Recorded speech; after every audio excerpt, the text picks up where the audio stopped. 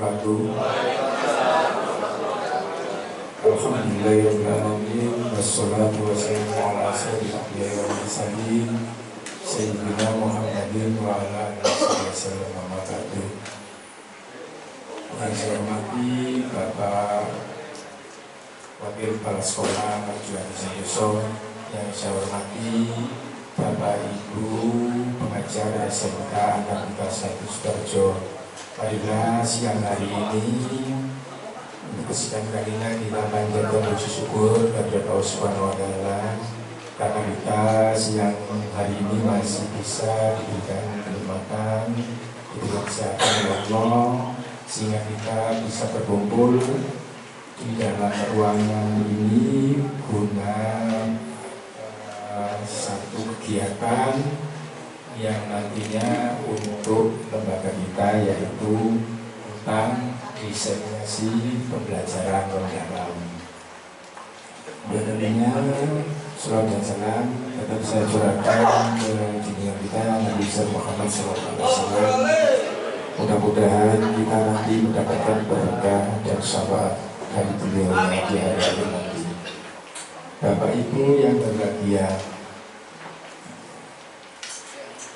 untuk beberapa saat ini kita didengar-dengarkan bahwa sekolah-sekolah wajib menerapkan pembelajaran mendalam.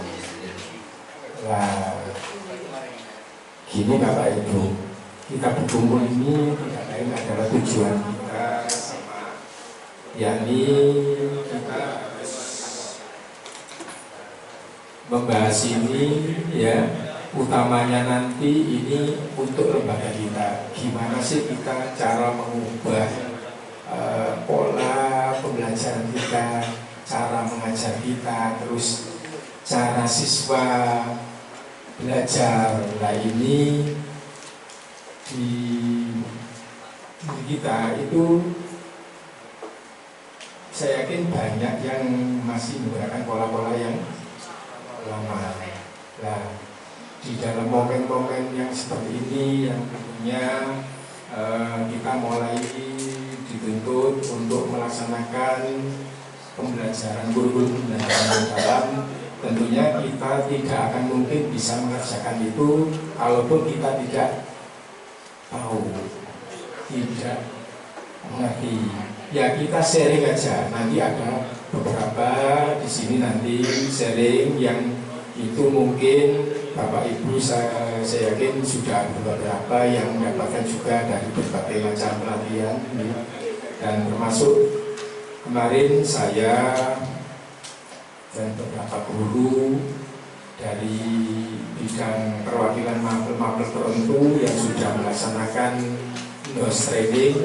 Nah di sini berkewajiban menyebarkan ke teman-teman semuanya ini. Untuk apa? Ya untuk ke lembaga kita, supaya nanti di lembaga kita itu terjadi pewarnaan pembelajaran yang semuanya menggunakan moda pembelajaran mendalam. Nah pembelajaran mendalam ini sebetulnya hampir sama, sebetulnya basis kurikulumnya itu sama dengan kurikulum Merdeka. Hanya aja ada beberapa yang penambahan di dalamnya, terutama nanti tentang kolaborasi itu.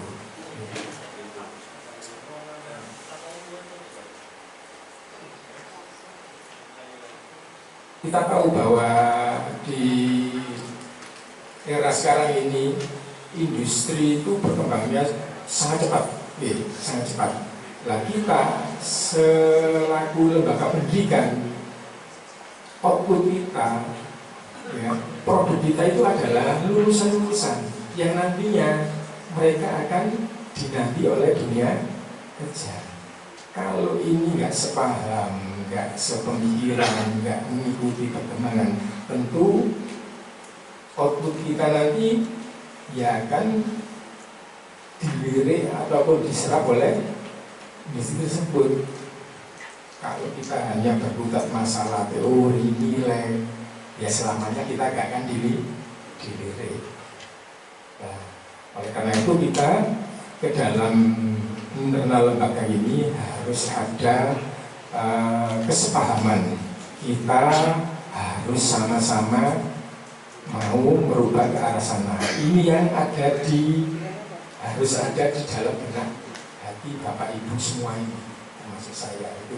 Jadi kalau kita sudah bertekad, nggak ada hal yang nggak mungkin. Meskipun kita melakukannya salah dulu, nggak masalah. Salah itu adalah bagian dari belajar. Nanti nggak mungkin orang itu akan salah terus, nggak mungkin. Jadi, di sini nanti ini terkait dengan beberapa hal tersebut, mungkin kenapa sih pembelajaran mendalam itu kok ditekankan oleh pemerintah saat ini?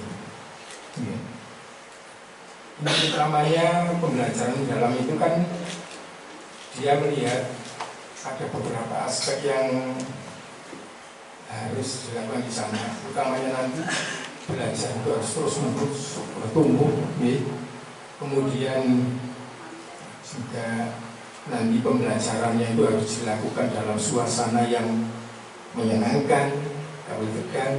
Nah nanti itu adik di kita itu sebetulnya di negara kita ini kita masih beruntung ya, kita berada di Pulau Jawa dan utamanya kita ada di Jawa Timur. Itu perkembangan teknologi itu hampir mengikuti perkembangan yang di pusat. Kemudian kita selalu mengikuti, tapi lain lagi kalau yang ada di daerah-daerah pelosok yang dukungan fasilitasnya enggak sebagus di lingkungan kita di Jawa Timur. Nah, karena itu tetap koridornya nanti adalah kita semuanya wajib melaksanakan di sana, meskipun kita dalam tahapan belajar bersama. Ya, kita harus melakukan itu. Nanti saya dengan 3 Bapak Ibu guru yang kemarin melaksanakan in-house training, Pak Lutfi, Bu Ika sama Bu Lili mungkin akan berbagi pengalaman lah. Ya, nanti kita sharing-sharing aja. Mungkin dari Bapak Ibu yang selama ini mengikuti PPG yang periode terakhir mungkin sudah mendapatkan itu. Saya yakin karena pemerintah arahnya ke sana ya Pak. Seperti itu ya. Nah,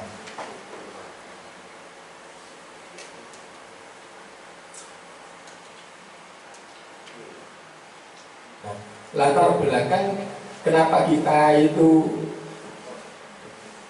disuruh melakukan gini Bapak Ibu. Jadi kita kan berada di era yang super cepat perubahan kondisinya karena gelombang teknologi dan sebagainya. Terus kita itu juga secara global kita itu bonus demografinya, kemudian kita itu juga semua negara sekarang semuanya itu informasi teknologi nggak bisa dibeli. Nah, kalau kita hanya berpikiran seperti pokoknya kita jalani aja, ya kita akan ketinggalan. Ya, kita aja di ranking jangankan internasional, kita tingkat literasi di tingkatan ASEAN itu kita sangat minim. Bagaimana kita bisa berpikir kritis kalau kita nggak punya literasi dan sebagainya. Literasi bagian dari orang banyak wawasannya, karena banyak pengetahuan, banyak bacaan, pengalaman seperti itu. Jadi ini kemudian untuk kompetensi masa depan kita dituntut, kita kan eranya global. Kalau kompetensi kita itu masih ya konvensional, sedangkan komputer kita itu sudah kita mulai dari tenaga kerja dan lainnya sudah globalisasi, ya kita akan ketinggalan. Oleh karena itu maka kita nanti wajib berbenah diri ya supaya mengikuti perkembangan yang super cepat itu. tadi yang masih tingkat di Indonesia masih rendah, kita skip aja. Mengapa sih pembelajaran mendalam itu kita harus lakukan? Yang pertama nanti ini, karena ada peserta didik ini selama ini kalau kita konvensional, kita ngajar itu kan fokus pada kita kan. Itu sebetulnya sudah dibuka di era apa? Di era pembelajaran, di era kurikulum merdeka. Siswa disuruh mulai aktif. Nah, kemudian keterlibatan, kemudian gurunya sendiri ini kita ini harus sadar Bapak Ibu bahwa untuk membangun peserta didik itu kita harus selalu aktif memotivasi supaya apa? Anak itu dapat bertumbuh kembang dengan sendirinya. Terus guru juga tak boleh apa? Selalu dalam mengajarnya makan. Ya kita anak didik kita muliakan, kita hargai. Dan kita berikan kebebasan mereka mengembangkan potensinya sendiri. Ya, memang ini. Kemudian pengembangan budaya belajar kita. Jadi guru di saat zaman sekarang itu dituntut kreatif, inovatif. Kita nggak bisa seperti zaman dahulu. Kita tetap harus selalu mengupgrade diri kita, berinovasi. Bagaimana sih anak ini dapat cepat menumbuh kembangkan potensi dirinya. Ya. Kita selaku hanya motivator, Bapak Ibu, motivator. Lah, pemanfaatan teknologi digital. Dia sekarang kan cepat sekali. Hampir di anak kita nggak ada yang nggak punya. Seperti itu. Kalau gurunya itu jadul ya, dilaut sama anak didik kita. Seperti itu. Nah, oleh karena itu nanti ya pemanfaatan teknologi itu untuk pembelajaran itu sangat penting sekali. Kita mau nggak mau dituntut harus menguasai teknologi karena yang tadi di sini adalah anak generasi yang era di generasi teknologi digital. Mau nggak mau kita harus belajar. Kemudian pengetahuan itu yang multidisiplin. Kita nggak bisa sekarang itu pekerjaan itu hanya mengandalkan satu ilmu saja. Jadi harus berkolaborasi.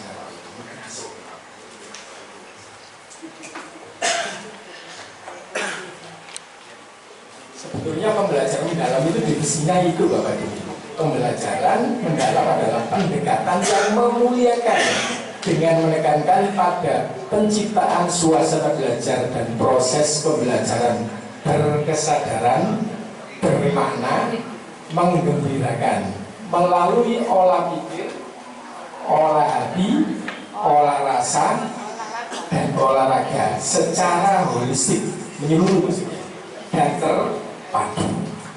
Tadi dari olah pikir anak disuruh berpikiran kritis, mampu berpikir tingkat tinggi, kemudian dia juga mampu mengolah hatinya, perasaannya, gitu.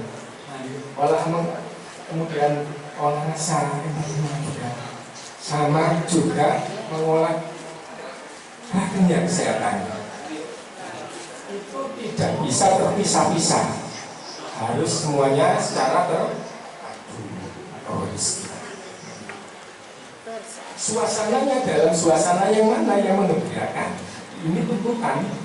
Kita nggak bisa pola pembelajaran seperti dulu dipaparkan dan sebagainya. Kita memberikan kebebasan anak kita selaku motivator ya, fasilitator seperti itu. Ini pengertiannya. Ini Maksudnya memuliakan gini Bapak Ibu. Jadi anak itu di dalam pembelajaran harus kita hargai dan kita hormati. Kita pertimbangkan potensinya, martabatnya, nilai kemasannya. Setiap anak itu pasti punya potensi, apapun tingkat kecerdasannya. Anak itu masing-masing punya potensi. Ya. Jadi pembelajaran mendalam nanti harus dilakukan berdasarkan ini, berkesadaran. Artinya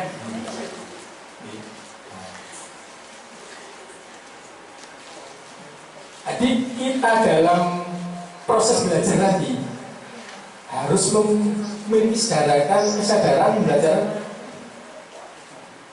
yang aktif dan mengenal diri. Peserta didik nanti memahami pembelajaran itu termotivasi. Jadi sebagai pendidik kita nanti harus mampu memotivasi juga. Jadi kita dituntut memotivasi anak-anak supaya anak-anak ini aktif Bapak Ibu. Dimulai pembelajaran sebelumnya, anak-anak sudah dimulai disuruh pembelajarannya adalah aktif, nggak boleh pasif. Bermakna apa yang dipelajari itu anak-anak Nabi, dia bisa dia mampu dari pengetahuannya itu, mampu dia mengkonstruksi atau membuat contoh nanti dari pengalaman itu membentuk, misalkan ada pengetahuan baru, dia mampu membangun sendiri dengan pengetahuan yang didapat itu. Yang dihubungkan dengan kehidupan di sekitarnya yang tadi dalamnya. Ini paling gampang itu adalah pembelajaran praktek. Pembelajaran dalam itu paling mudah itu dilakukan di praktek. Karena pembelajaran dalam itu ada di situ ada unsur kolaborasi. Misalkan aja teman-teman, kita punya progres ya yang kita sedang laksanakan, misalkan konversi mobil listrik yang belum selesai. Masih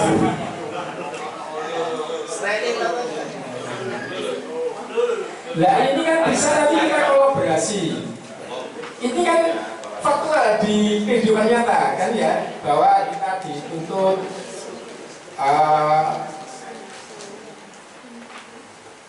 energi yang ramah lingkungan.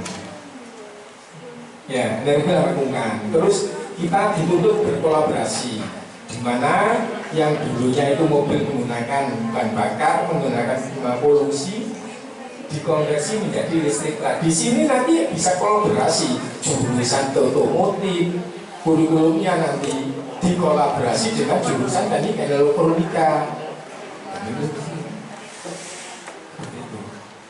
Kolaborasi. Nggak mungkin orang otomotif itu belajar semuanya, nggak mungkin. Di dalam kehidupan nyata pasti pembuatan suatu proyek pun adalah kolaborasi berbagai macam disiplin ilmu. Nah, ini sejalan dengan makna pembelajaran mendalam. Untuk konkretnya seperti itu.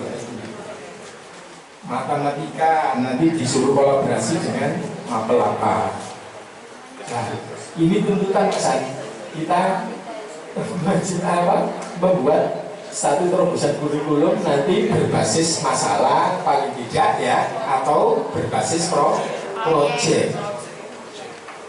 Nah, pembelajarannya nanti melalui itu. Yang paling mudah adalah pembelajaran berbasis masalah atau pembelajaran berbasis project. Nah, kalau project tidak mungkin diselesaikan dengan satu disiplin ilmu, perlu kolaborasi. Ya. Nah, yang disesuaikan dengan kehidupan nyata di sekitar kita, di lingkungan kita dan sebagainya. Akhirnya anak-anak ini pembelajarannya itu berasa bermakna untuk kehidupannya. Ini. Kemudian pembelajarannya berikutnya adalah menggembirakan. Jadi suasana belajarnya itu ya harus yang selalu positif, misalkan dikasih tantangan dan lain sebagainya. Yang intinya anak-anak ini membuat termotivasi, senang di dalam hatinya, itu yang nantinya diharapkan membekas di dalam lubuk hatinya. Iya, pembelajaran kalau orang belajar aja, kalau nggak suka, nggak anu. Bisa nggak pembelajaran diserap? Saya yakin pulang tidak lupa. Tapi kalau anak itu sudah ada keinginan dan sebagainya, kemudian usahaku sekolah yang motif kok kepingin kok iso bongkar tangisi, iso berjalan listrik yopo caranya dan sebagainya. Anak kalau sudah kuliah mau tuh masih kuat ini, kita tinggal memotivasi, memfasilitasi. Anak-anak itu pembelajarannya semangat nggak? Pasti semangat, pasti semangat. Yang nggak semangat itu kan kalau kita nyampaikan dengan monoton. Ya, kita bukakan slide, kita suruh baca, kita jelaskan. Nah, seperti ini kira-kira bekas loh Mas. Ya kayak akan bekas di dalam hatinya. Ini yang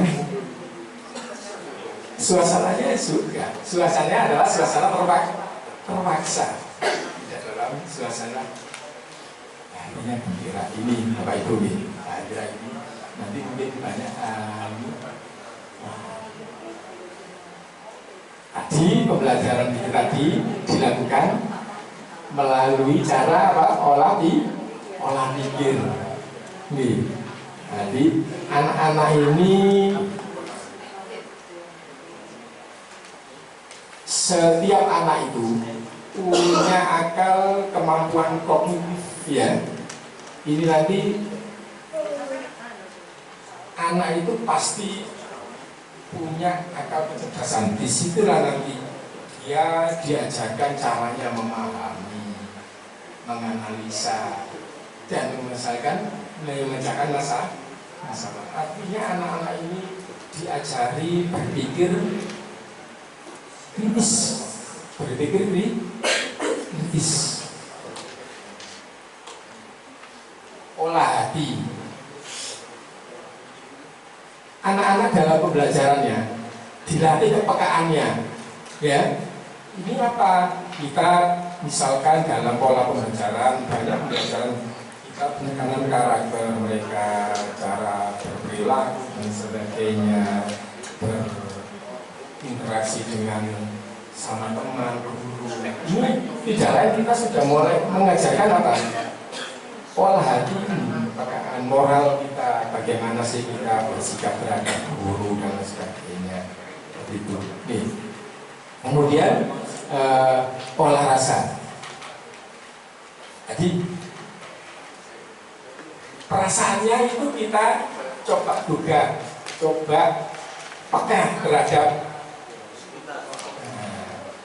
yang dihadapi. Jadi dia akhirnya punya rasa empati.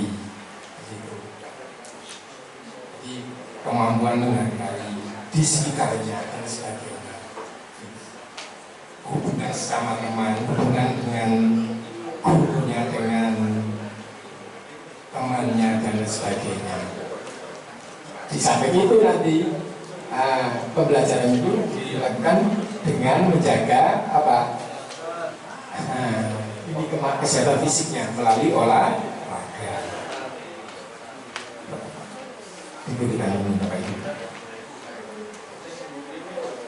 Ini Bapak Ibu itu adalah apa? Dasar kenapa kita nanti apa? Pembelajaran dalam itu harus kita lakukan. Kerangka pembelajarannya ini Bapak Ibu nanti mungkin banyak dijelaskan untuk detailnya nanti.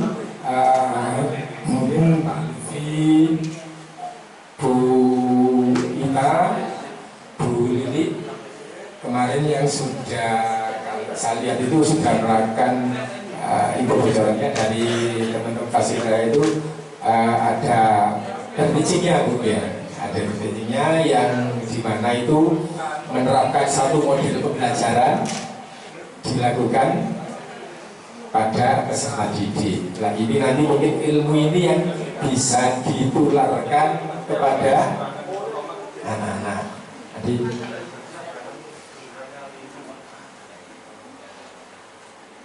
Bapak Ibu, pembelajaran mendalam ini adalah sebetulnya ini kita ada ini Bapak Ibu.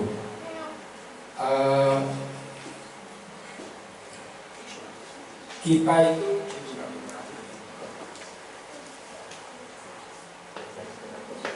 ini adalah pola kerangka pembelajaran mendalam, di mana ada 4 kerangka, nih, 4 kerangka itu. Yang pertama adalah dimensi profil lulusan, yang mana di mana 8 ada 8 itu ya.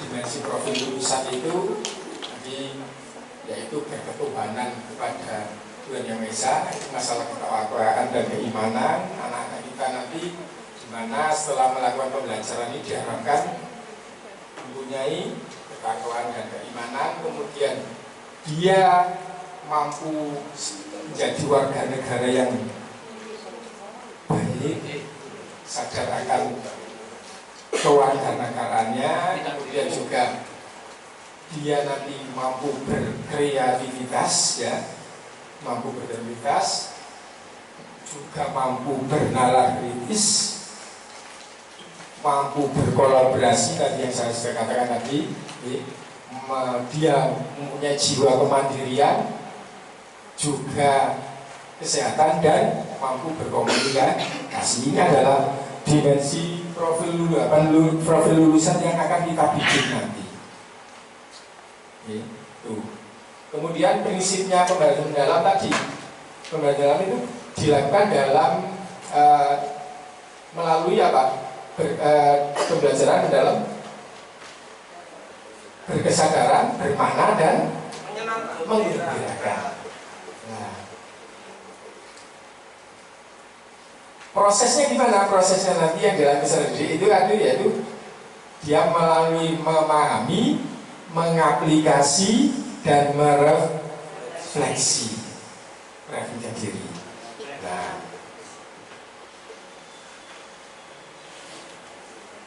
kerangka itu ya, kerangka pembelajarannya itu nanti dilakukan dalam lingkungan pembelajaran, juga memanfaatkan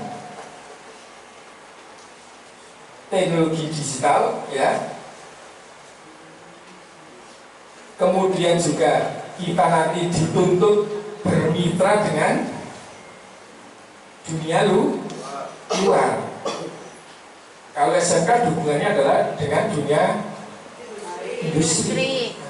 Kita wajib dituntut bermitra itu, karena nanti kita itu yang memanfaatkan, diantaranya nanti kalau pekerjaan itu nanti bekerja ikut orang ya, mereka yang memanfaatkan di situ. Ini yang praktek pedagogis, saya kira itu di pembelajaran kurikulum merdeka sudah Bapak Ibu paham itu ya, praktek pedagogis itu ada banyak kesamaan itu. Yang terpenting kerangkanya ini nanti ini yang kita laksanakan semua. Jadi kita nanti tujuan kita adalah untuk kita itu anak-anak didik itu harus mengarah ke 8 profil lulusan itu. Karakter moral ini mampu berkritis, mandiri, mampu berkolaborasi, mampu berkomunikasi. Ini adalah tuntutan pembelajaran dalam. Mungkin ini yang pengantar yang saya sampaikan, nanti bisa dilanjutkan detailnya oleh Pak Lutfi, mungkin disambung-sambung oleh ini apa, Bu Ina dan Bu Lili. Saya kira itu pengantar dari saya ya. Nanti mudah-mudahan ini nanti pertemuan ini tidak hanya sekali Bapak Ibu. Kita nanti Eh, saya hanya tugas saya di sini mengajak Bapak Ibu semuanya, mari kita menyatukan pikiran, kita terbuka, kita harus melangkah ke arah sana. Ya sama-sama belajar. Saya belajar. Demi siapa? Demi anak didik kita.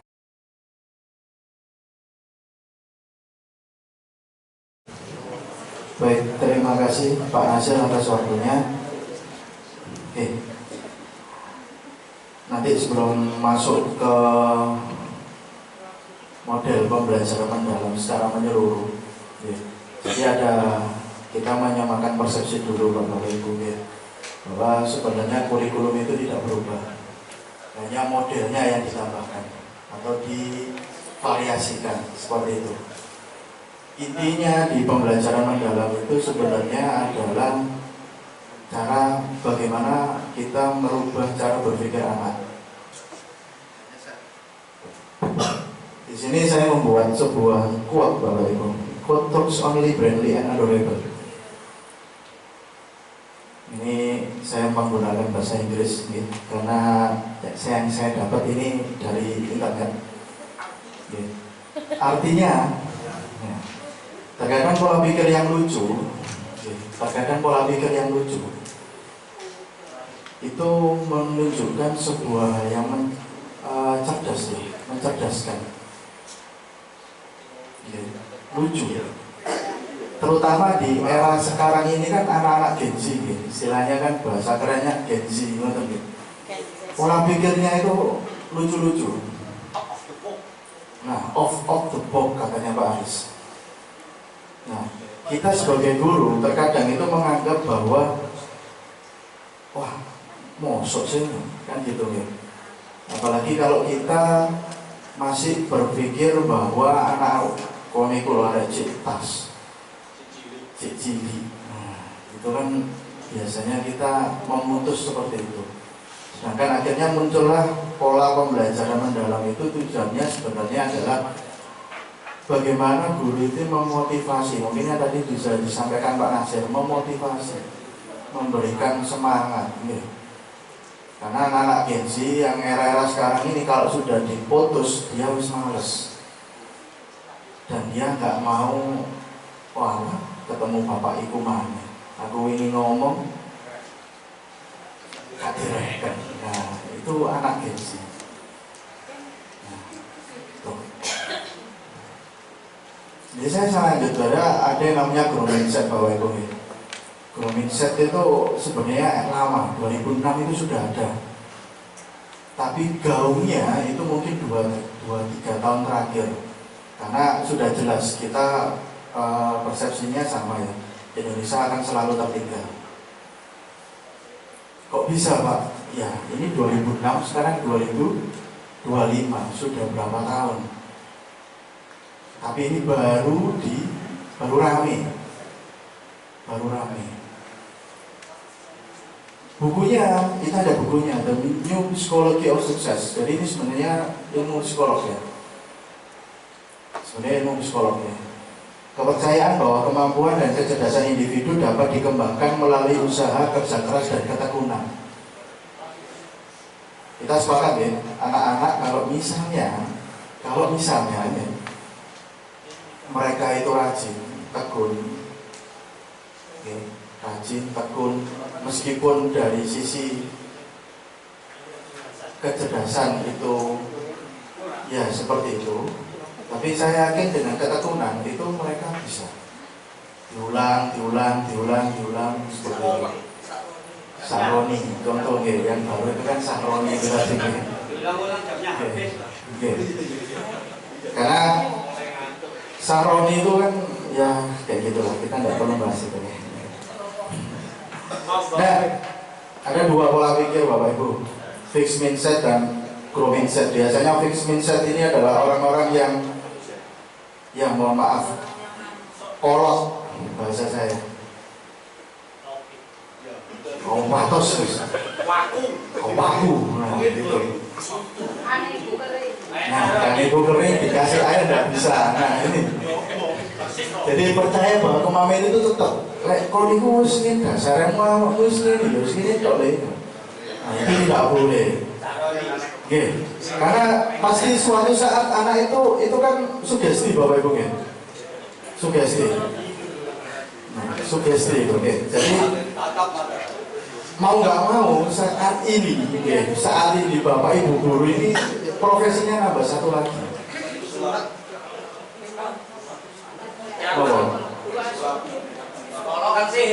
Tukang sihir. Jadi profesinya nambah.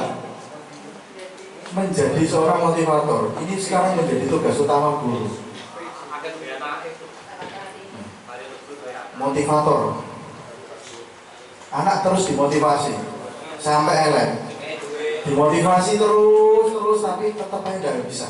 Nyatanya itu memang sering terjadi di tempat kita pun. Saya karena ngajar di RPL sendiri pun sama, bikin motivasi kayak gimana pun tetap karena ada satu yang kurang di sekolah dimotivasi. Mas sampean kok kerja, itu kok gaji sampai lagi iso jurusan ini. Tapi ketika di rumah refresh lagi, setelan awal di reset secara otomatis. Karena terkadang mohon maaf mungkin di rumah terkadang ya semakin tahu mencari guru mulai. Nah ini susah ini. Nah, makanya kita perlu sinergi sebenarnya. Jadi nanti di pembelajaran guru mindset itu ada kelompok belajar yang dimana satunya itu adalah orang tua. Peran terbesar itu orang tua. Peran terbesarnya itu adalah orang tua. Nah ini saya punya kata-kata ini kelihatan ya. Kecerdasan bukan titik akhir, tapi perjalanan yang terus bertumbuh. Asik. Kayak gini Pak itu. Saya kumpulkan dari beberapa buku yang ada di rumah. Kecerdasan bukan titik akhir, tapi perjalanannya terus bertumbuh. Karena apa? Saya mungkin biasanya guru agama ini mungkin ada di dalam kitab itu kalau semakin lama semakin tahun manusia itu akan semakin cerdas. Jadi kita tidak bisa memungkiri bahwa semakin lama semakin tahun semakin bertambah itu sebenarnya manusia semakin cerdas. Akan tetapi kecerdasan itu bertolak belakang dengan karakternya, sehingga membuat orang yang awalnya cerdas itu akhirnya tidak berkarakter seperti itu. Nah, pola pikir adalah segalanya. Pola pikir itu adalah segalanya. Aktivitas itu ya kalau kita berpikirnya terus positif, insya Allah hasilnya positif kan seperti itu. Amin, amin. Walaupun prosesnya lama, seperti ini, ngapunten apa maksud ditolak terus. Tapi saya mau motivasi Pak Masud, ayo Pak berjuang, terus semangat Pak. Nggak tahu sampai kapan, yang penting semangat dulu. Pasti nanti akan menghasilkan seperti itu. Kalau di Grow Mindset dan Mindset, keyakinan bahwa kecerdasan dan keterampilan bisa dikembangkan lewat belajar dan berusaha. Ini kita kan sebagai bapak ibu guru kan biasanya ayo mas belajar mas, sampai kok jadi wong, nggak tahu jadi orang apa kan gitu ya. Mesti kan kata-kata kita kan seperti itu ya. Sampai kok jadi wong, itu selain salah satu doa juga kepada anak-anak dan motivasi ke anak-anak. Lalu kalau orang fix mindset ya udah, dasarmu ada sekolah ini gak bisa dikandani, ya wis karepmu. Biasanya Pak Robi biasanya. Masuk. Ini ada pola pikir tetap, ini hanya perbedaan yang Bapak Ibu. Menghindar, menyerah, mubazir, serangan, ancaman. Ini orang-orang yang beranggapan bahwa mereka pola pikirnya adalah fixed mindset. Hal baru itu dianggap ancaman. Itu adalah sebuah fixed mindset dan itu tidak akan bisa berkembang. Sehingga pola pikirnya adalah negatif terus. Mungkin saya bisa mengatakan bahwa fixed mindset dan growth mindset itu ya, orang kalau growth mindset pikirannya positif terus, kalau fixed mindset pikirannya negatif terus. Gampangan simpelnya seperti itu. Karena ini adalah pola pikir yang terus dibawa, dan untuk merubah seperti itu susah. Merubah seperti itu untuk berpikir positif terus itu susah. Karena netizen itu kan banyak kan Bapak Ibu.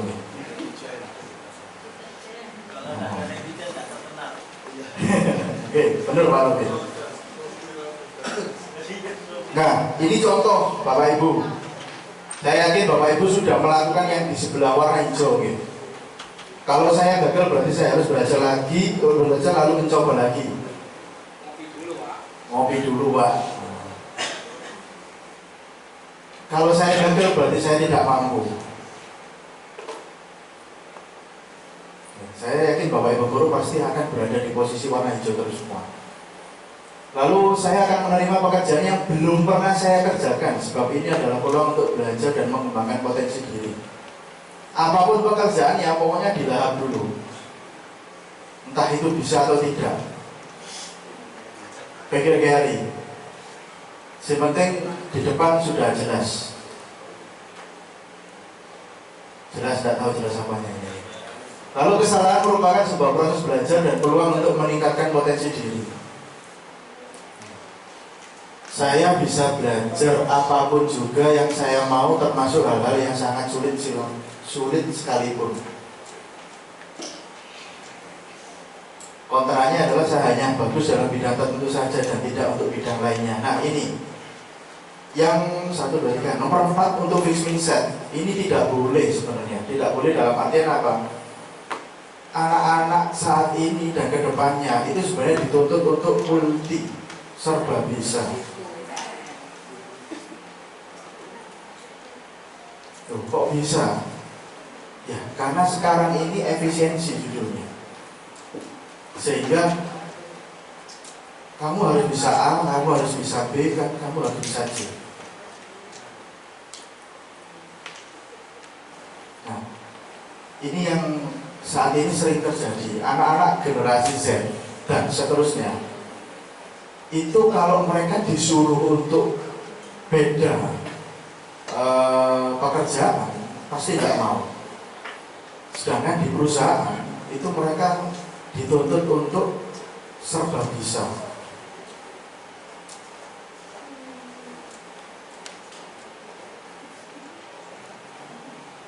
Lalu kecerdasan dan kemampuan adalah segalanya dan akan menjadi faktor yang menentukan sukses tidaknya. Kontranya adalah belajar dan berusaha adalah faktor kunci yang akan menentukan sukses tidaknya seseorang. Berarti bukan kecerdasan, tapi siapa yang mau berusaha, siapa yang mau belajar. Meskipun sampai belajar berkali-kali ya nggak cerdas-cerdas, tapi kalau berusaha, ya tadi mungkin juga menyebutkan Sahroni tadi, seperti itu.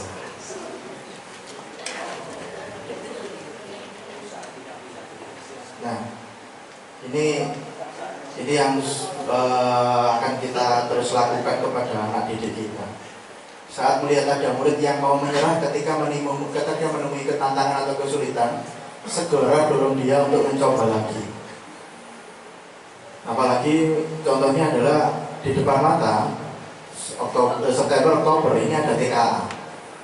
Bu, Pak, TKA ini apa? Pokoknya semangat di situ. Apapun itu kerjakan dulu, hasilnya nanti. Penting kan belajar di situ.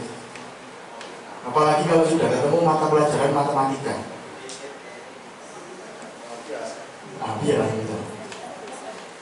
Pada saat murid atau mencoba lagi, segera beri pujian proses karena telah mau berusaha. Nah ini rewardnya untuk anak-anak. Rewardnya apa? Reward itu kan nggak harus uang ya. Reward itu nggak harus uang, bisa kasih permen. Selamat, kamu telah berhasil mengerjakan tugas saya tepat waktu. Lalu jelaskan kepada murid tersebut tentang PPT dan PPB dan perbedaan utamanya pada saat menghadapi tantangan dalam belajar. Jelaskan kepada murid bahwa berbuat salah merupakan cara otak untuk belajar dan berkembang. Poin yang terakhir adalah kita tidak boleh menyalahkan anak-anak, tapi kita memperbaiki, membantu untuk memperbaikinya. Kondisi salah itu akan menjatuhkan mental anak secara tidak langsung.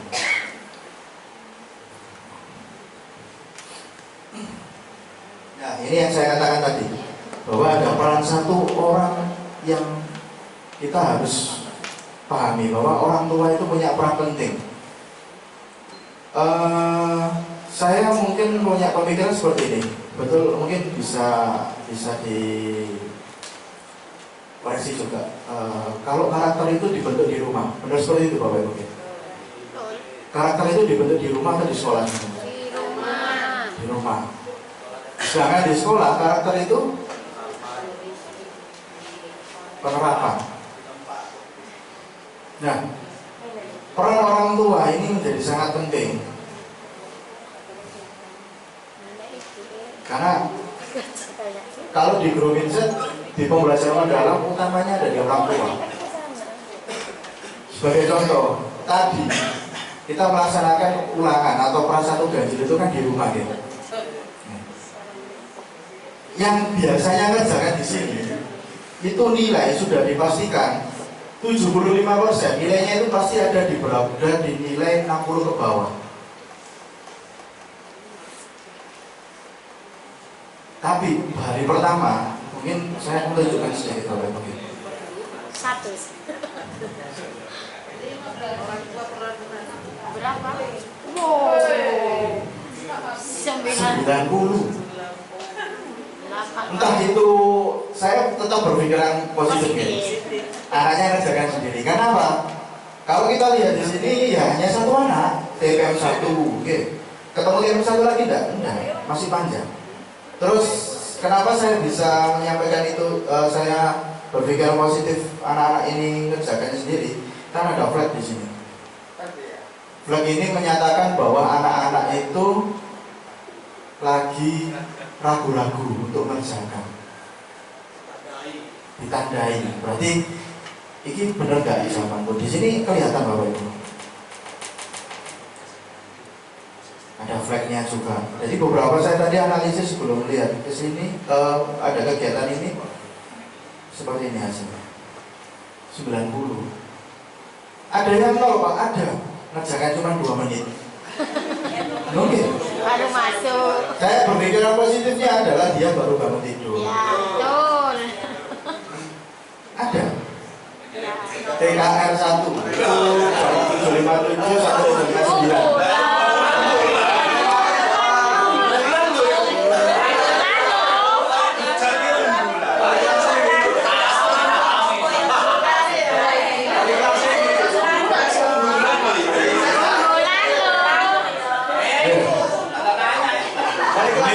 Satu mapel bahasa Indonesia nih, dan banyak mapel selanjutnya. Pada bahasa Indonesia. Bahasa Indonesia loh Ibu. Jadi ini kayaknya bukan gurunya nih. Anaknya bangun tidur. Nah, kalau kita lihat di grafiknya ini seperti ini Bapak Ibu. Saya baru pertama kali nih Pak Brian nih. Kita menemukan itu anak-anak kerjakannya seperti ini. Biasanya itu nomor 70 itu ke bawah. Yang nilainya di atas 70 ke atas itu paling 2, 3, 4, 5, nggak sampai 10%, 5%. Ini pencapaian. Tapi anak tadi bilang Pak, mereka ibu jawabnya. Makanya kita berpikir positif, anak-anak kerjakan sendiri. Nah, ayo Pak kerjakan, jelas kelihatan sekali. Karena dalam waktu 1 bulan anak mendapat nilai 90 dengan materi sebanyak itu. Ya, monggo bisa dipilih. Tapi saya berpikiran positif, anak-anak ngerjakan sendiri. Kan kalau AI ngerjakan sendiri kan. Pemanfaatan digital Pak. Betul Pak Haris. Memanfaatkan teknologi digital. Waktunya lama Pak, 1 jam. Akan menguasai dunia. Nah, kalau masalah waktu, ini masalah waktu gitu. AI itu kalau saya lihat anak-anak kerjakan, ini rata-rata itu 45 ke atas, jadi 35 ke atas. Jadi anak-anak itu ada waktu 30 menit masih ngerjakan. Jadi kan masih ngerjakan kan? Iya. Mikir kan? Usaha dulu. Jadi kan di Glow Mindset usaha. Iya. Usaha dulu. Nanti nggak nyanyi. Nah, kalian browsing. Usaha. Iya. Kan usaha dulu kan teman-teman. Ini biasa nggak usaha, klik. Ini hubungan guru dan murid. Murid mengetahui bahwa gurunya yakin kepada kemampuan muridnya dalam belajar. Lalu murid menghormati dan menyukai gurunya. Nah, ini bukan saya yang buat ya. Ini sudah ada di kementerian itu kata-katanya seperti itu. Lalu mau minta masukan dari gurunya. Nah, poin nomor 3 ini mungkin sangat jarang kita temui. Iya, boleh. Nomor 3 ini. Murid mau meminta masukan dari gurunya. Biasanya kan kita langsung memberikan masukan kan kalau gitu. Ada siswa yang langsung, Pak, saya tolong diberikan masukan. Masukan pembelajaran. Gitu. Ada nggak? Masukan. Soalnya tanya jawaban. Lalu murid sadar bahwa nilai akademik yang diperoleh tidak lebih penting daripada perkembangan diri mereka sendiri. Ini coret Bapak Ibu. Saya yakin anak-anak, nilai aku Pak. Seperti kan oleh nilai Pak. Pokoknya nggak tugas Pak. Dibantu beruber Pak Fuad Pak. Biasanya kayak tugas Pak Fuad. Betul.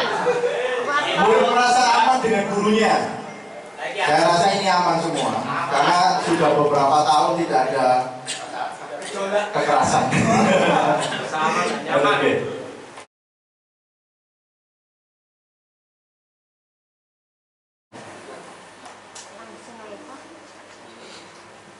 Nah, ini yang menjadi persoalan. Persoalan utamanya adalah di pola berpikir. Murid Indonesia hanya bisa menjawab soal level 1 sampai 3, lower order thinking skill, lots. Lalu yang bisa menjawab soal level 4 sampai 6 itu kurang dari 1%. Dan ini fakta. Kenapa?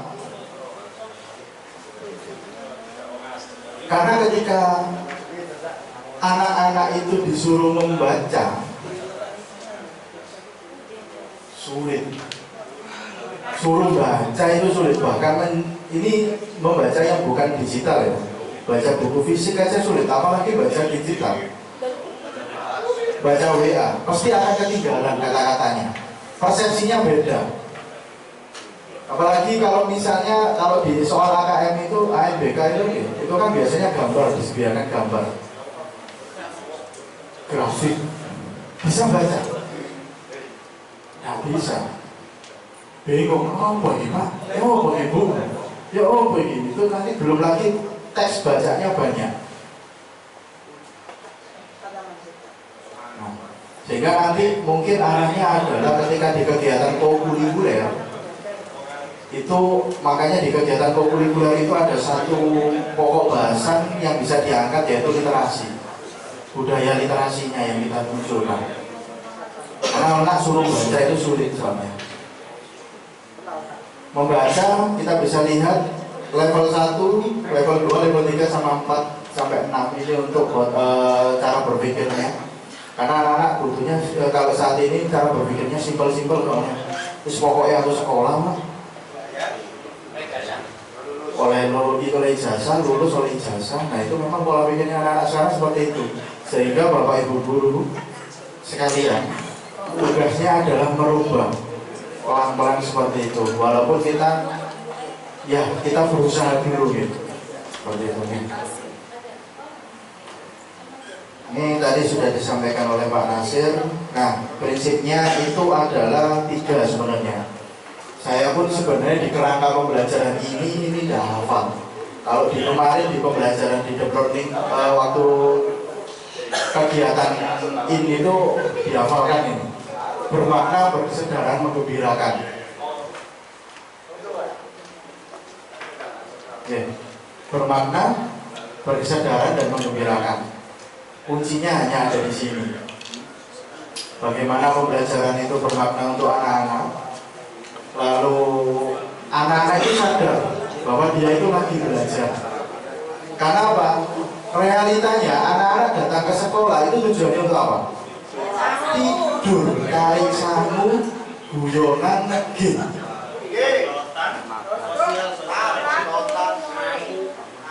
Ngamuk, faktanya seperti itu. Sehingga ini yang sulit Bapak Ibu. Nyatanya adalah dalam satu kelas saya yakin paling 1, 2, paling maksimal 5 anak yang punya niat saya datang ke sekolah untuk belajar.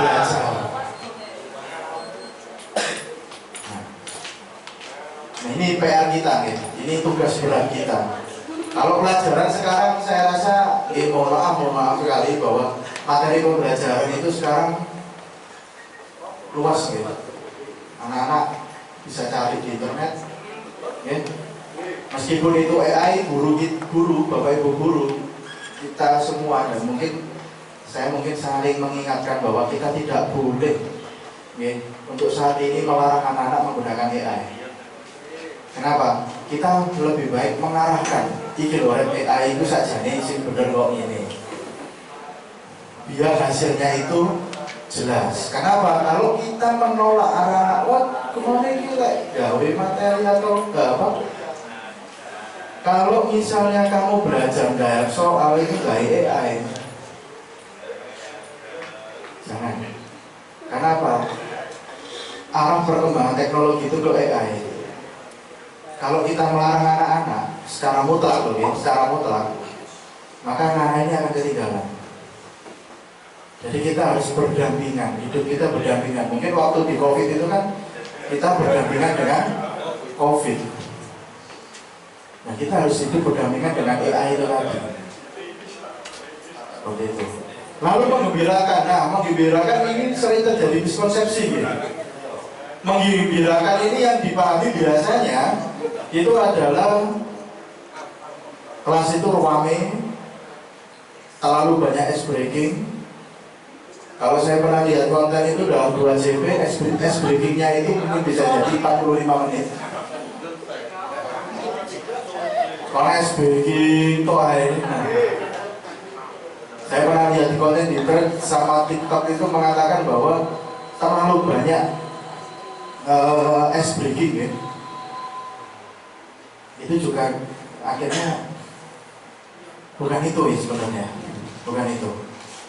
Menggembirakan itu ya saya paham bahwa Bapak Ibu guru sudah mengetahui semua bagaimana anak-anak itu bisa nyaman, bisa di pembelajaran itu bisa nyaman, anak-anak itu senang bagaimanapun polanya, seperti itu. Dan kata kuncinya di sini adalah perangkat pembelajaran itu menjadi sebuah kewajiban. Karena memang itu tuntutan administrasi. Tapi yang perlu kita pahami adalah kita wajib berlomba-lomba untuk membuat sebuah materi yang menarik untuk anak-anak, sehingga anak-anak itu nggak bosan. Nyatanya adalah di perangkat pembelajaran sama implementasinya itu sama apa nggak Bapak Ibu? Beda. Sehingga perangkat pembelajaran itu ya sudah betul, tapi ya tidak serta-merta menjadi hanya sebagai formalitas saja. Tapi yang penting itu adalah bagaimana kita membuat sebuah materi-materi pembelajaran itu yang menarik. Pakai Canva, pakai model. Jadi kita sudah mulai menghilangkan yang namanya ceramah, biasanya ya. Kalau di diklat atau yang kemarin barusan PPG itu kan ceramah itu dikurangi kan, karena memang anak bosen seperti itu. Ini untuk dimensi profil lulusan ini Bapak Ibu bisa saya rasa sudah jelas semua, dan dari keseluruhan sebenarnya secara keseluruhan itu sama, hanya yang membedakan tadi pola pembelajarannya saja, modelnya, level taksonominya juga tetap sama. Oke, tidak ada perubahan. apa yang berubah di sini. Anderson ini kalau saya terus terang di perkuliahan saya tidak ada waktu itu Bapak Ibu ngapunten. Saya bukan dari orang pendidikan, saya dari praktisi. Yang ini saya pelajari itu lewat baca. Yang Solo tak? Semua saya tidak dapat ini. Terus terang saya tidak dapat ini di perkuliahan karena tidak ada. Yang ada coding misalnya kalau di komputer. Tapi saya belajarnya ya dari YouTube. Dan terus lagi kakak saya juga seorang guru, jadi ya belajarnya dari situ. Itu mungkin yang bisa saya sampaikan. Jadi kata kuncinya yang di sini ada pemanfaatan digital Bapak Ibu. Ini adalah komponen utama. Jangan sampai kita menjadi seorang, mohon maaf ada sedikit kasar, kalau saya di komunitas IT bahasanya cuma 2, gaptek sama ketek. Gaptek itu gak paham teknologi, plus lagi ketinggalan teknologi. Ini bahaya. Karena apa? Kalau di level gurunya itu gaptek dan ketek, maka siswanya akan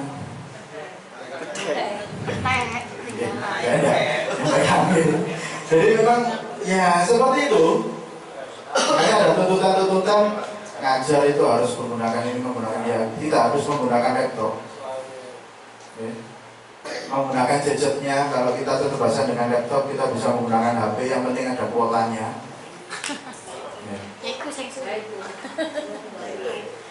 Jadi teknologi itu bisa kita manfaatkan. Tinggal kita mau atau tidak, seperti itu.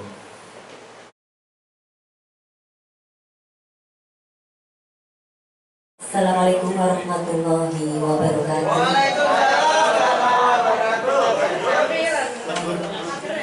Saya mendapatkan bagian menyampaikan materi tentang prinsip pembelajaran, tapi sudah disampaikan oleh Bapak Kepala Sekolah dan Pak Lutfi.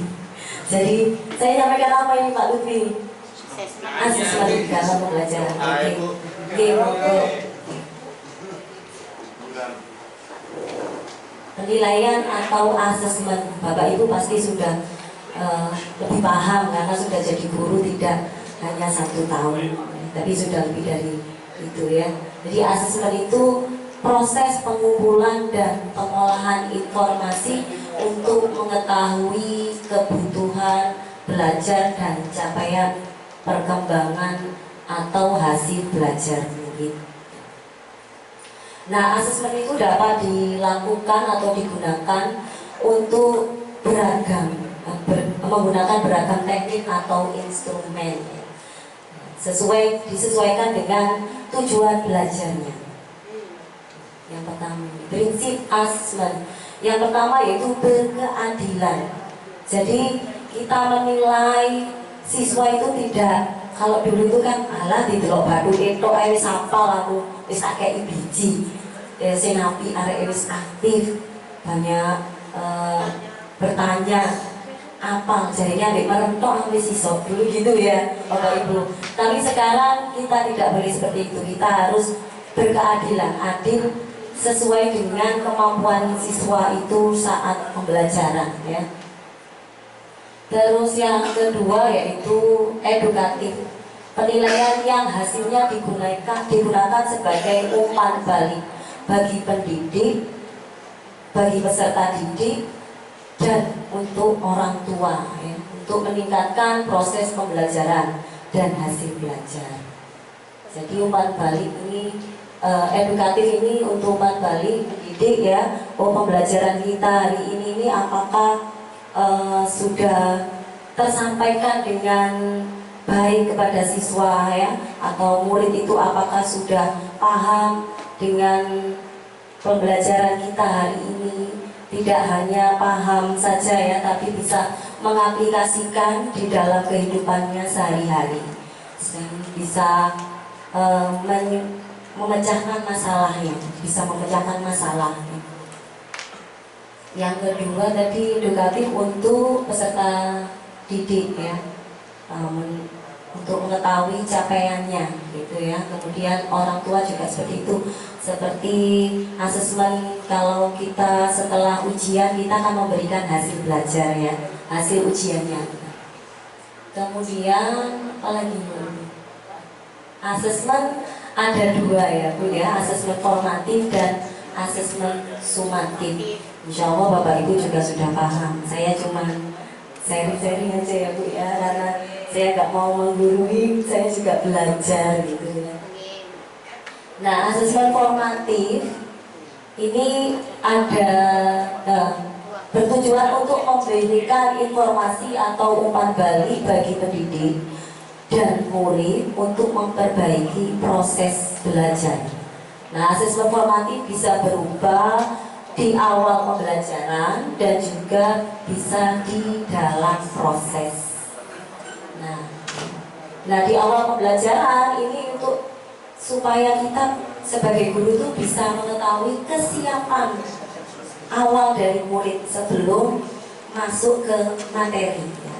Bisa contohnya diberikan tes itu ya Bapak Ibu. Kemudian ada asesmen di dalam proses pembelajaran. Nah, ini dilakukan selama proses pembelajaran untuk mengetahui perkembangan murid sekaligus menjadi umpan balik bagi guru secara cepat ya. Yang berikutnya yaitu asesmen sumatif. Nah, ini dilakukan untuk memastikan ketercapaian tujuan pembelajaran. Seperti saat ini kita lakukan ya pra ya, itu termasuk juga sumatif ya Bapak Ibu. Sumatif ya. Oke Pak. Kali itu kan di akhir ya, di akhir mungkin di akhir bab gitu nih. Kemudian asesmen tadi ya, ada yang jenis asesmen, ada yang penilaian formatif yaitu asesmen as learning dan asesmen for learning. Nah, asesmen as learning yaitu asesmen untuk merefleksi diri murid dan refleksi proses pembelajaran. Contohnya yaitu jurnal refleksi, self assessment, peer assessment, checklist kemajuan belajar dan lain sebagainya. Kemudian ada asesmen for learning, ini untuk perbaikan proses pembelajaran. Yaitu contoh yaitu membuat peta konsep, umpan balik formatif, classroom assessment, teknik ya, CATS, terus observasi dan lain sebagainya. Itu adalah penilaian formatif. Yang berikutnya yaitu penilaian sumatif. Ini adalah assessment of learning untuk mengukur capaian pembelajaran ya, dari murid akhir pembelajaran, yaitu bisa berupa tes lisan, tes tertulis, laporan, penilaian proyek atau juga portofolio. Nah, berikut teknik asesmen. Teknik asesmen yang ada di SMK ya. Yang pertama asesmen praktek kerja lapangan.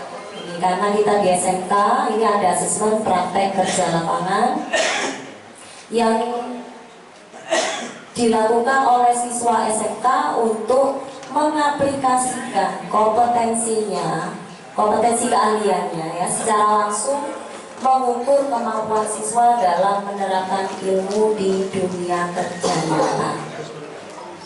Kemudian ada ujian unit kompetensi atau UKK, ini juga termasuk asesmen yang ada di SMK ya. Dilakukan untuk menilai penguasaan siswa terhadap satu unit kompetensi tertentu dari skema keahlian yang diambil. Dan yang terakhir adalah uji kompetensi kejuruan, itu untuk mengukur penguasaan kompetensi sesuai dengan program keahlian yang dipelajari. Nyanyi dulu ya sama-sama. Baik, kita skip langsung ke terakhir karena kayaknya sudah pada pengen pulang karena sudah dari pagi, saya hanya ingin berbagi sedikit tentang pengalaman ilmu yang saya dapatkan. Untuk pembuatan NPP menurut saya teman-teman sudah sangat luar biasa, sudah bisa semua. Cuma kebetulan kemarin kami yang mewakili panjenengan untuk workshop di SNKN 3 Budaya. Baik untuk perencanaan pembelajaran mendalam, langsung saja mungkin Pak Lutfi ke kerangkanya, template-nya.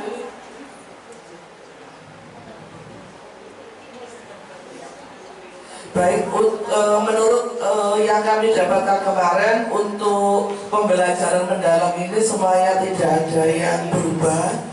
Semuanya sama, pakai kurikulum merdeka, cuma disempurnakan dengan menggunakan kurikulum PM atau pembelajaran mendalam. Baik, untuk yang di atas, untuk template-nya yang dari Kemendikbud adalah seperti itu. Kalau di luar itu ada banyak versi-versi, silakan. Seperti yang di-share oleh Bapak Joni Santoso kemarin itu lewat link itu sudah benar, sudah sama.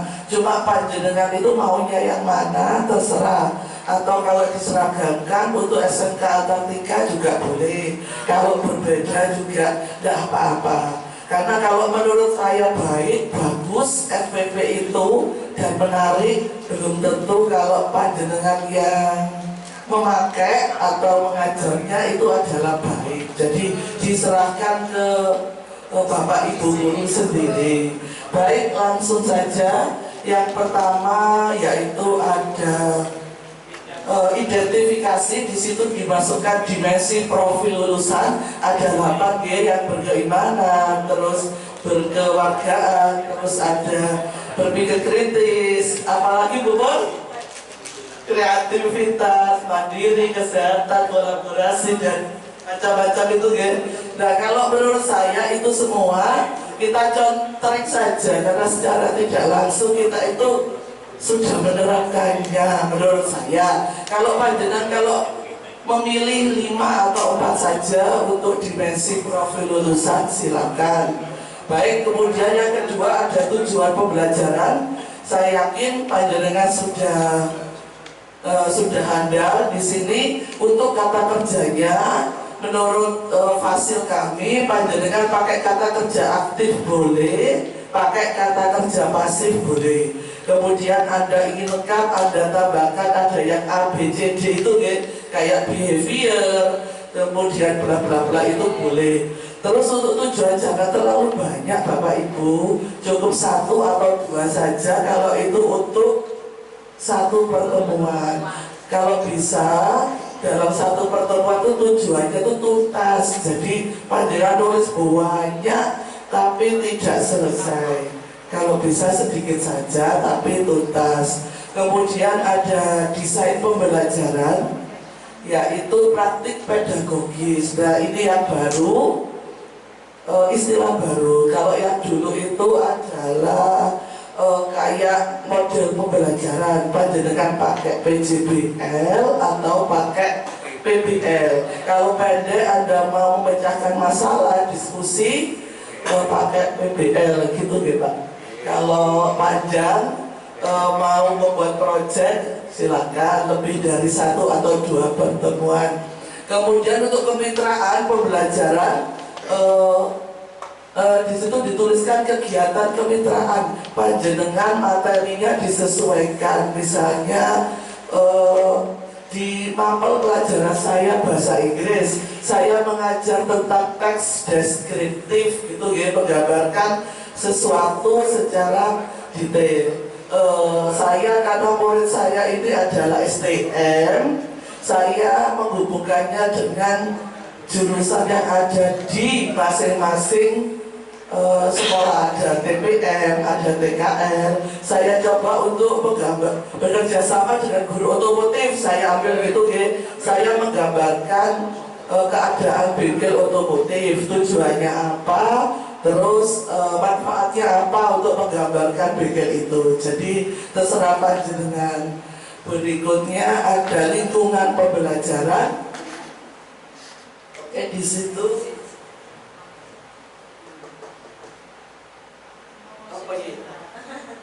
ya, untuk lingkungan pembelajaran sama. Di lingkungan sekolah seperti apa siswanya, jurusannya apa saja, fasilitasnya apa saja, panjenengan sesuaikan. Jadi yang ada apa di sekolah ya itu saja yang dipakai, tidak usah terlalu memaksakan. Berikutnya ada pemanfaatan digital. Monggo sekarang sudah ada IE. Kalau panjenengan tinggal suruh asisten buatkan ini, carikan ini, perlu dibantu buat tabel Bu, seperti itu kan biasanya. Oke, saya buatkan PDF-nya Bu, karena seperti itu juga silakan dimaksimalkan untuk pemanfaatan digitalnya. Atau mungkin nanti ada pelatihan atau yang muda-muda itu sudah sangat handal daripada kita. Saya kira itu. Berikutnya Pak Lutfi. Nah, sekarang kita masuk ke langkah-langkah pembelajaran atau kegiatan inti. Dimunculkan lagi pengalaman belajar, sama yang disebutkan oleh Pak Lutfi tadi. Pengalaman belajar ada 3 nih. Ada memahami, ada mengaplikasi, merefleksikan. Di kurikulum mendalam ini ditambahkan kata-kata tersebut dalam RPP Anda. Seperti itu. Kemudian ada merefleksi, nanti bisa dibaca dari Pak Lutfi lebih lanjut. Kemudian yang terakhir yakni ada asesmen pembelajaran. Tadi sudah dikupas tuntas oleh Pak Lutfi. Pembelajaran yaitu ada formatif dan sumatif. Kalau diagnostik tes itu adalah untuk mengetahui kemampuan siswa. Siswa itu minatnya apa, terus maunya bagaimana, sehingga kita bisa mengidentifikasi untuk merancang pembelajaran selanjutnya. Saya kira itu yang saya sampaikan. Terima kasih sudah sangat capek mau mendengarkan kami untuk diverifikasi. Apa saya tutup langsung? Oke, saya kira sekian. Mungkin ada yang mau dipimpin dengan berdoa nih. Oke. Oh ya, saya kembalikan ke Bapak Juhadi Santoso selaku Waka Kurikulum Sekolah. Monggo Bapak. Terima kasih. Assalamualaikum.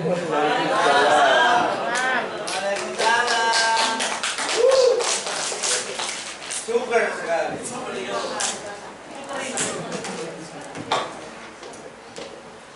Terima kasih kepada Pak Lutfi, Bu Lili, dan Bu Ita yang telah menyampaikan materi kurikulum pembelajaran mendalam. Ini sangat mantap sekali. Sepertinya kita nggak perlu memanggil Pak Ko di sini. Cukup bertiga ini sudah cukup sekali. Oke, ini masih pembelajarannya masih di awal. Nanti ada tambahan lagi, masih on ini berita ya. Ya, ini masih kira-kira belum semuanya, kira-kira masih seperempatnya paling, karena masih banyak. Jadi yang belum tulas totalnya masalah kokirikuler, kemudian asesmen dan sebagainya tadi masih belum mendalam ya. Itu bisa ditambah dipelajari, yaitu di panduan yang ada. Yang kemarin pernah kami sampaikan lewat WA, itu kalau dibuka sebetulnya materinya banyak sekali. Kemudian nanti bisa diulas kembali setelah ada pelatihan lagi dari Dinas Pendidikan. Nanti akan disampaikan lagi, yaitu materi-materi yang berikutnya. Jadi ini masih tambahan lagi, nanti ada tambahan lagi. Ini masih sesi pertama. Saya kira sudah cukup ya. Kalau gitu supaya lebih afdal, lebih bermanfaat ilmu yang telah disampaikan tadi, kami mohon maksud untuk mengakhiri dengan doa. Monggo.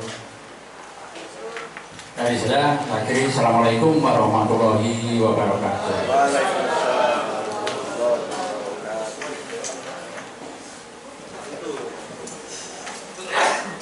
Assalamualaikum warahmatullahi wabarakatuh. Alhamdulillah, materi demi materi telah kita lalui bersama. Mudah-mudahan bisa membekas dalam soft memory kita dan bisa mengaplikasikan kepada anak didik kita semuanya, sehingga menjadi ilmu yang bermanfaat, berguna, dan menjadikan generasi-generasi yang unggul, bermutu, berguna bagi agama, nusa, dan bangsa. Al-Hariniyah Al-Fatihah. Ar-Rahmanir-Rahim. Suratul ladzina an'amta 'alaihim. اللهم صل وسلم وبارك على سيدنا محمد وعلى ال سيدنا محمد وارض عنا معهم برحمتك يا ارحم الراحمين والحمد لله رب العالمين حمدا شاكرا حمدا ناعما حمدا يوافي نعمه ويكافئ مزيدا يا ربنا والحمد كما ينبغي لجلال وجهك الكريم وعظيم سلطانك ربنا ظلمنا انفسنا وان لم تغفر لنا وترحمنا لنكونن من الخاسرين اللهم اعنا على ذكرك وشكر حسن عبادتك واغفر لنا ذنوبنا ولوالدينا وارحمهم كما ربنا صغارا اللهم انفعنا بما علمتنا وعلمنا ما ينفعنا رب زدنا علما نافعا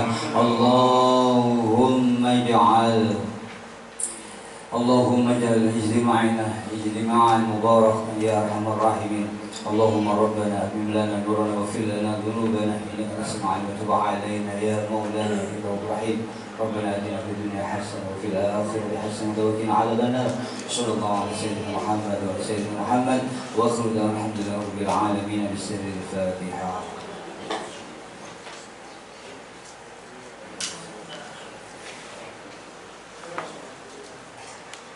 Akhiran, assalamualaikum warahmatullahi wabarakatuh. Waalaikumsalam. Allahumma shalli ala Muhammad.